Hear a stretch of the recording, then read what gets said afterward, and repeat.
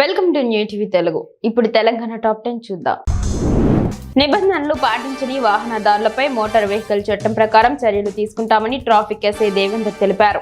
ఉన్నతాధికారుల ఆదేశాల మేరకు ఆదిలాబాద్ స్పెషల్ డ్రైవ్ నిర్వహించామన్నారు. ఈ మేరకు నెంబర్ ప్లేట్ లేని శబ్ద కాలుష్యానికి కారణమైన వాహనాలను ట్రాఫిక్ పోలీస్ స్టేషన్ కి తరలించారు. సరైన పత్రాలు లేని వాహనాలను సీజ్ చేశారు. ఇందులో అధిక శబ్దం చేసే 4 వాహనాల సైలెన్సర్లను తొలగించారు.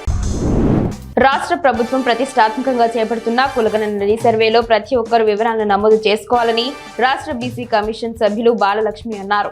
జవహర్ నగర్ మున్సిపల్ కార్యాలయంలో మున్సిపల్ కమిషనర్ ఆధ్వర్యంలో వార్డ్ ఆఫీసర్లు, స్థానిక నాయకులకు, ప్రజలకు కులగణన సర్వే గురించి అవగాహన కార్యక్రమం నిర్వహించారు. ఈ కార్యక్రమానికి ఆమె ముఖ్య అతిథిగా హాజరయ్యారు.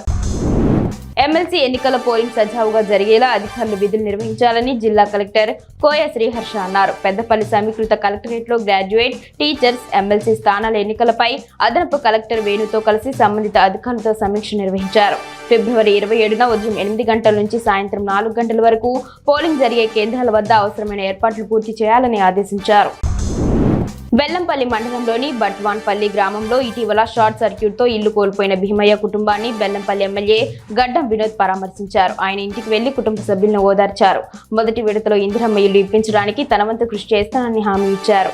ఈ కార్యక్రమంలో బెల్లంపల్లి మండల కాంగ్రెస్ పార్టీ నాయకులు పాల్గొన్నారు. ప్రపంచంలోనే అతిపెద్ద ఆధ్యాత్మిక వేడుక అయిన మహాకుంభమేళాకు భక్తులు పోటెత్తారు. మహాశివరాత్రిని పురస్కరించుకొని ఈ నెల 26న మహాకుంభమేళా ముగుస్తోంది. దీంతో భక్తులు భారీగా తరలివచ్చి త్రివేణి సంగమంలో పుణ్యస్నానం ఆచరిస్తున్నారు. ఇప్పటి వరకు దాదాపు 50 కోట్ల మందికి పైగా విచ్చేసి పుణ్యస్నానం ఆచరించినట్లు అధికారులు వెల్లడించారు. గురుకుల విద్యా సంస్థల ప్రవేశానికి నిర్వహించే టీజీసెట్ 2025 ప్రవేశ పరీక్ష బెల్లంపల్లిలో ప్రారంభం కానుంది. మంచిర్యాల జిల్లా వ్యాప్తంగా 11 పరీక్ష కేంద్రాలను ఏర్పాటు చేశారు.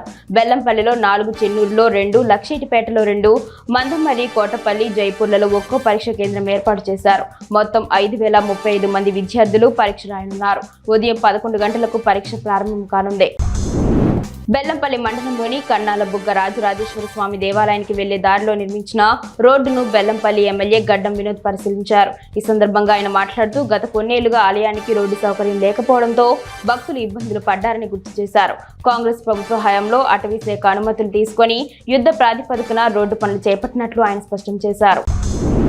మెదక్ జిల్లా నర్సాపూర్ నియోజకవర్గం నర్సాపూర్ పట్టణంలో శివస్వాములు నిరసన చేపట్టారు. డంప్ యార్డ్ వద్దంటూ పెద్ద ఎత్తున నినాదాలు చేశారు.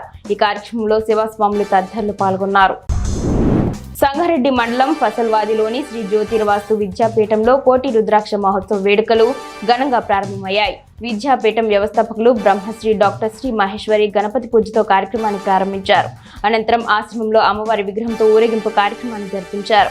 భక్తులు అధిక సంఖ్యలో కార్యక్రమంలో పాల్గొన్నారు. సిర్గాపూర్ మండలంలో గల ఎస్టీ గురుకులం పాఠశాలలో 5వ తరగతి నుంచి 9వ తరగతి వరకు ఎంట్రన్స్ పరీక్ష నిర్వహిస్తూ ఉండడంతో ఈ సెంటర్లో 233 మంది విద్యార్థినులు హాజరవుతూ ఉండగా పరీక్ష సెంటర్ వద్ద భారీగా విద్యార్థుల తల్లిదండ్రులు, కుటుంబీకులతో భారీ సంఖ్యలో హాజరు కావడం జరిగింది.